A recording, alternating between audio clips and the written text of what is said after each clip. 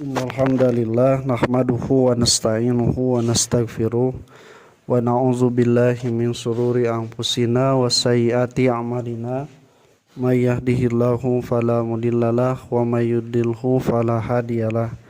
Asyhadu an la ilaha illallah wahdahu la syarikalah wa anna Muhammadan abduhu wa rasuluh alladzi la nabiyya ba'dahu amma ba'd.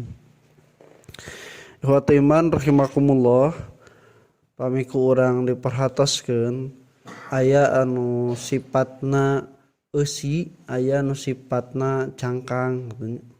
Langkung penting mana? Eusina cangkang. Jadi di waktu mah senanya nebutuh teh cangkangna, hiji waktu mah nebutuh teh eusina. Ngan ilaharna nu leuwih penting tibatan isi jeung cangkang memang eusina. Sabab cangkang mah sakumaha ngaranna keur ngalindungi eusina.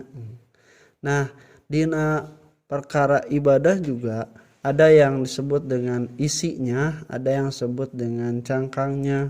Cangkangnya itu perintahnya. Piwarang salat kunaon harus mangkat tangan. Piwarang salat kunaon ai subuh 2 rakaat, duhur 4 rakaat, kan sarua-rua keneh salat itu. Kunaon make aya nu 3 rakaat, kunaon make aya nu sunat, aya nu wajib. Maka itu semua pada dasarnya adalah cangkangna. Da tujuan eusina mah liya'buduni itu Allah Subhanahu wa taala menciptakan manusia agar mau taat.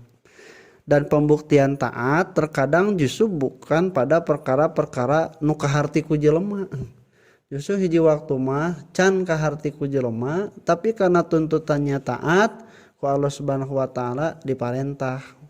Nah, makanya untuk taat pada Allah itu syaratnya cuma satu, nya daek we itu.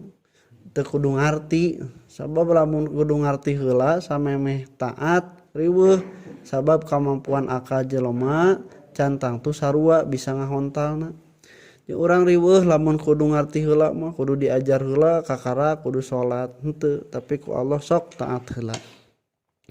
Nah, ikhwati iman rahimakumullah, bahkan dibuktikan bahwa tuntutan yang sebenarnya itu adalah ketaatan, hiji waktu mah nu dicarek, nu dititah taat ulah dilanggar teh dalam bentuk larangan, ku Allah teu nanaon sok we pagawe nya pagawe we hukumna mah teu berubah tapi teu dosa. Sapertos kamari nu dibahas nya eta meunangna nuang bangke jeung anu sejenna nu diharamkeun lamun dina kondisi madorot tapi boga batas, tidak melampaui batas dan tidak mengulangi kembali. Nah, kana eta teh diharamkeun nya tapi hiji waktu mah jadi dibolehkan tidak berdosa. Nah, sebab mending dahar bangke daripada jadi bangke. Nya daripada maot. Ya Allah teh leuwih mentingkeun jelemana tibatan bangkena. Atuh da meureunana bisana teu sehat jeung sajabana. Dalam taraf kondisi sesuatu ciga digempa, ciga aya musibahnya, kan lamun nuangan mie teh terus-terusan teu sae nya. Tapi daripada eueuh tuangan mah mending nuang mie weh gitu kan. Jadi dalam kondisi tertentu. Nah, ikhwati iman rahimakumullah, makanya runtutan perintah Allah dan larangannya dari awal yang pertama tentang makan, ada yang diharamkan dan sebagainya itu, terus mundur deui ka pengker tentang menghadap ke arah kiblat di mana kiblatnya asalnya Baitul Maqdis ke Baitullah. Nah, di ayat ini intinya dijelaskan laisal birra ang tuwallu wujuhakum qibala masyriqi wa maghrib. Bukanlah kebaikan yang dimaksud yang oleh Allah Subhanahu wa taala menghadap ke arah kiblat, ke arah baratnya atau ke arah timurnya. Nah, ini asbabun nuzulnya. Yang pertama, orang Yahudi dan Nasrani merasa sombong gitu. Cek Yahudi senanya kadieu ke arah abi kiblat teh, orang Nasrani lain nu hade mah ke arah timur, ieu ke arah barat tentunya. Maka Allah menurunkan ayat ini. Bahkan ketika Yahudi dan Nasrani mengejek orang-orang Islam ketika mereka telah mengikuti 16 bulan menghadap ke Baitul Maqdis terus pindah ke arah kiblat senanya ieu teh agama naon, ini teu puguh kamari kaditu ayeuna kadieu. Nah oleh Allah langsung diterangkan ayat ini, laisal birra ang tuwalu wujuhakum qibala masyriqi wa maghrib. Jadi kebaikan itu bukan menghadap ke timur dan ke baratnya, tapi man amana billahi wa yaumil akhiri wa malaikati wa kitabi wan nabiyyin. Nah, itu yang dimaksud dengan kebaikan itu adalah yang beriman pada Allah Subhanahu wa taala, hari akhir, malaikat dan seterusnya. Nah, albirru itu bahasanya dari kalimat barun. Barun itu kebalikan dari bahrun. Bahrun teh naon? Bahrun teh laut. Barun itu daratan. Disebutkan kebaikan sebagai suatu daratan karena luasnya untuk berbuat kebaikan itu, pahala dari berbuat kebaikannya itu diibaratkan seluas daratan. Daratan itu bisa dipakai untuk manusia hidup, kemudian menghasilkan apa yang membuat manusia hidup, membuat manusia bahagia, tenang dan sebagainya. Maka disebutnya kebaikan al-barum. Nah, kalau kita klasifikasikan di ayat ini bahwa kebaikannya itu ada dari segi satu akidah dengan kalimat tadi man amana billahi wa yaumil akhiri wa malaikati wa kitabi wan nabiyyin. Pertama, kebaikan dalam masalah akidah. Pertama harus beriman pada Allah Subhanahu wa taala dan segala konsekuensinya. Dibarengi dengan yaumil akhir karena ini keyakinan yang membuat manusia mau beribadah, melakukan amal soleh dan menghindari amal salah, karena pada hari akhir ini semua akan dipertanggungjawabkan. Pamayamal misqala dzarratin khairan yara wa mayamal misqala dzarratin syarran yara. Karituna teknisna ta iman teh adalah terhadap malaikat, karena malaikat diantaranya mereka yang membawa wahyunya kepada para nabi, pada kitabnya, itu semua adalah rentetan pedoman dan bimbingan supaya kita itu beriman pada Allah dan akibatnya kepada hari akhir. Yang kedua itu adalah berkaitan dengan masalah syariah. Wa atamala ala hubbihi dawil qurba wa yatama wa masakini wa ibnis sabil wa sailina wa firriqab wa aqama sholata wa ata zakata. Nah, tadinya ta ieu mah rangkaian syariat.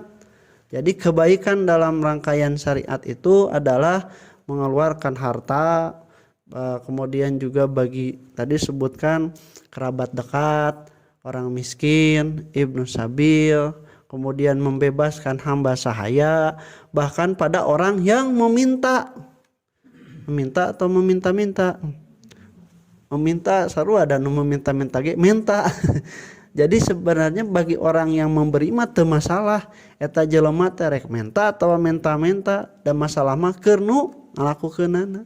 Pahala urang mah leungit lamun urang merekna kanu bara maen, sakumaha urang mere kanu minta gitu. Lamun aya perhitungan cenah daya bisi ieu mah bara maen geus we mending tong dibikeun kadinya, itu juga tidak jadi masalah, mendorong mereka untuk berhenti. Nah, ikhwati rahimakumullah, disebutkan di awal itu atamala ala hubbihi. Ada yang mengartikan memberikan harta yang dicintainya. Nah, ya. Atau yang kedua ada yang mengatakan bukan memberikan harta yang dicintainya, tetapi cinta memberikan harta. Beda tuh. Bedanya cinta memberikan harta mah resep merek. Ai memberikan harta yang dicintai mah nya merek nate lamun anu dina harta nu dipika.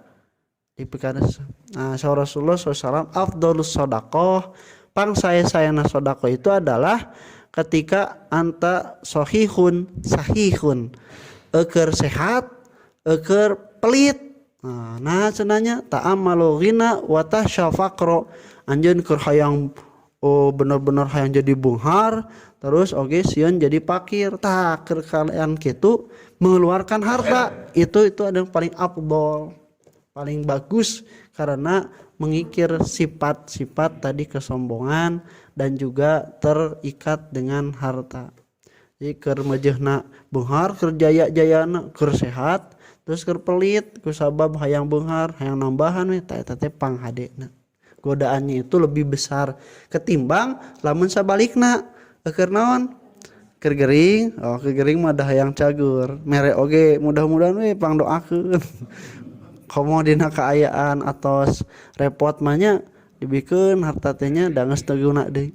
Nah kedua dalam keadaan dermawan berarti keur berehan keur hayang mere eta mah babari eta mah kusabab keur hayang beda keur embung mah eta keur pelit. Nah itu disebut atamala ala hubi. Terus di luhur atamala di dia kemudian ada pengeluaran zakat. Nah ini juga berarti tendensinya penguatan terhadap perkara yang wajib. Nah bagian katiluna adalah albirru kebaikan dalam masalah akhlak. Jadi tadi mah masalah akidah, masalah syariah, nu katilu masalah akhlak. Wa mufuna bi ahdihim ida ahadu wasabirina bil ba'sa'i wadh-dharra'i wa hinal ba's. Nah, itu adalah orang yang menepati janji ketika mereka berjanji, kemudian juga sabirina orang sabar ketika ditimpa musibah, dan juga orang-orang yang ba'sa'i wadh-dharra sabar ketika ditimpa kararepat kesusahan. Nah ini tutup dengan kalimat ulaika alladzina shadaqu, mereka itulah orang-orang yang benar, wa ulaika humul muttaqun, dan mereka itulah orang-orang yang bertakwa. Tarasanana aya disebutkan haji teu bieu? Aya teu? Aya. Emang lamun haji sanes kalebet birun? Maca Quran aya teu? Teu aya. Bahkan kan disebutkan walau wujuhakum nage teu aya. Nah, ini bukan menerangkan tentang pembatasan, tapi ini menerangkan contoh. Nah, contoh-contohna teh ieu. Bukan artinya yang di luar dari ini tidak disebutkan itu bukan kebaikan. Makanya oleh Rasulullah sallallahu alaihi wasallam disebutkan ketika ditanya su'ila Rasulullah SAW anil birri, Rasul ditanya birun itu apa? Maka oleh Rasul jawab husnul khuluq. Kemudian ditanya tentang dosa, mahaka fi sadrika wa karihta an yatali'a alaihin nas. Kalau dosa itu apa yang bergejolak di dalam hatimu dan engkau tahu orang lain itu mengetahui. Nah, ragu-ragu sieun kapanggih jeung sajabana ta eta dosa.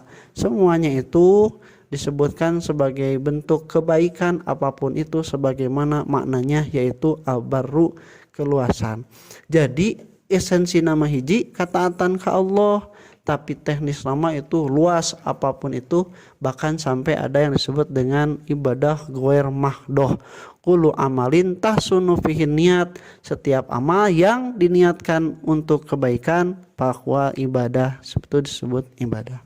Qul qouli hadza wa astaghfirullah li wa lakum. Assalamualaikum warahmatullahi wabarakatuh.